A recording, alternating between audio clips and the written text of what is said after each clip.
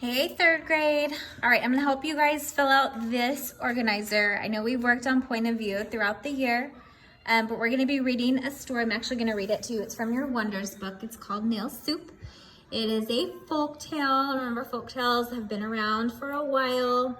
They typically teach a lesson. But as we read, I want you guys to be thinking about the point of view of Eric. He is the little boy in the story, and think about how he feels about his father. So the author's going to give us clues to help us figure that out. All right. Once long ago, Papa and I were walking for miles on a long and winding country road. Finally, we approached a large farmhouse surrounded by fields of healthy vegetables. "Papa, I'm so hungry," I said. Papa patted my head and winked. I smiled and nodded back. I admired my papa. I knew he would find a way to get us a warm meal. We knocked on the door, and a well-dressed man and his wife answered. "Hello," said Papa. "My son Eric is hungry. Could you please spare a morsel of food?" The man shook his head. "We have lots of food, but we cannot afford to give any of it away," he said. "Well, I could cook my flavorful nail soup if you would donate a small cup of hot water," said Papa. The woman looked at her husband. "Soup from a nail?" she said. "That's impossible." But the man's curiosity overwhelmed him, so he brought a small cup of boiling water. Papa carefully took out a long, crooked nail and with one graceful motion dropped it into the cup. He stirred the cup of hot liquid. "This is beginning to smell wonderful," said Papa. I smiled at Papa. He was clever and charming, and my admiration for him grew. He could do anything. Then I remembered something he taught me.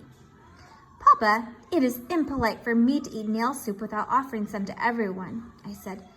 "But there is such a small amount here." "We can't let the boy eat alone," said the man to his wife.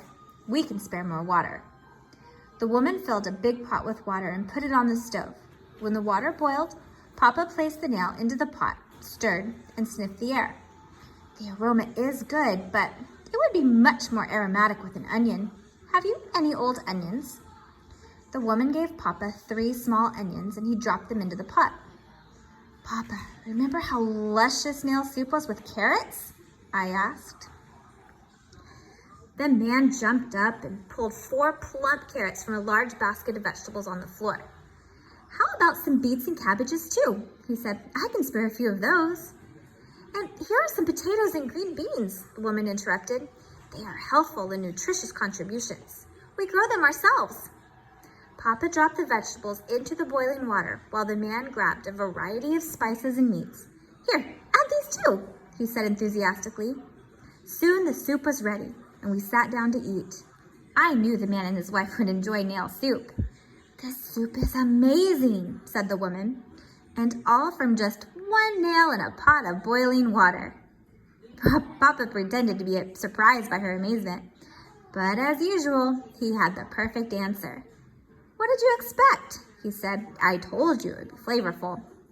The man and the woman smiled. We just didn't know that sharing a little of our great wealth would taste so good.